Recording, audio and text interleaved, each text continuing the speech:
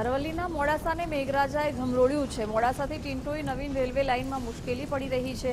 બામણવાડ સહિતના ગામોમાં ખેતરોમાં પાણી ભરાઈ ગયા છે। મગફળી, સોયાબીન સહિતના પાક ઢીંચણસમા પાણીમાં છે। રેલવે લાઇન બાજુમાં આવેલી 25 વીઘા ખેતરોમાં પણ મોટા પ્રમાણમાં નુકસાન થયું છે। રેલવે સત્તાધીશો દ્વારા પાણી નિકાલની વ્યવસ્થા ન કરાતા ભારે મુશ્કેલીનો સામનો ખેડૂતોને કરવાનો વારો આવ્યો છે અને પાક બગડવાની પણ ભીતિ છે।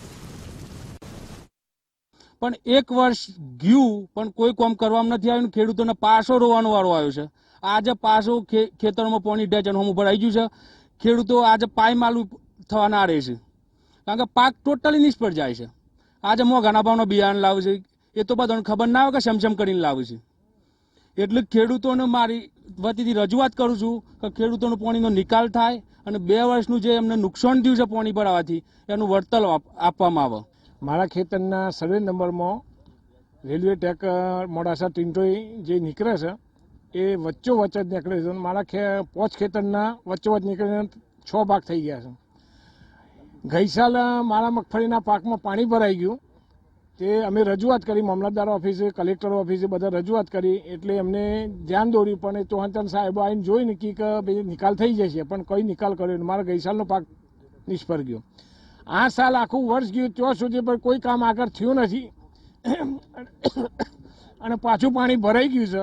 આજે મારો મગફળીનો પાક પાકેલો નિષ્ફળ જાય છે, તો હું સરકારને એટલી વિનંતી કરું છું કે અમને 2 વર્ષનું વળતર આપો અને પાણીના નિકાલનો પ્રશ્ન અમને સોલ્વ કરી આલે, એટલી મારી માગણી છે।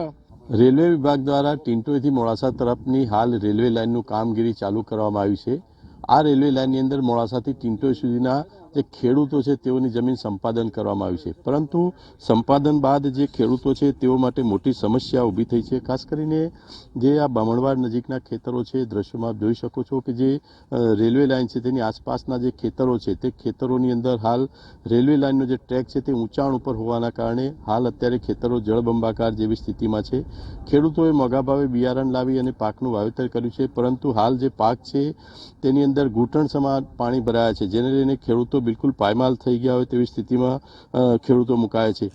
આસપાસના આવા અનેક ખેડૂતો છે। અહીં બામણવાડના જે 17થી વધુ જેટલા ખેડૂતોની અંદર હાલ અત્યારે પાણી જોવા મળી રહ્યું છે, જેને લઈને ખેડૂતો પરેશાન છે।